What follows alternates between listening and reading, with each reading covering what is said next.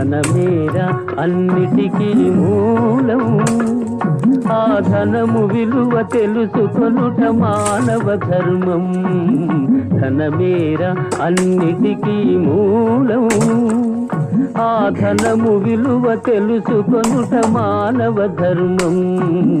ధనమేరా అన్నిటికీ మూలం.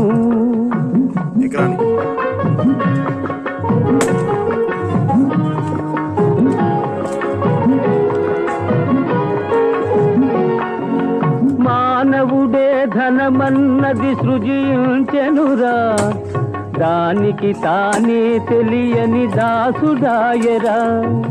మానవుడే ధనమన్నది సృజించెనురా, దానికి తానే తెలియని దాసుడాయరా. ధనలక్ష్మి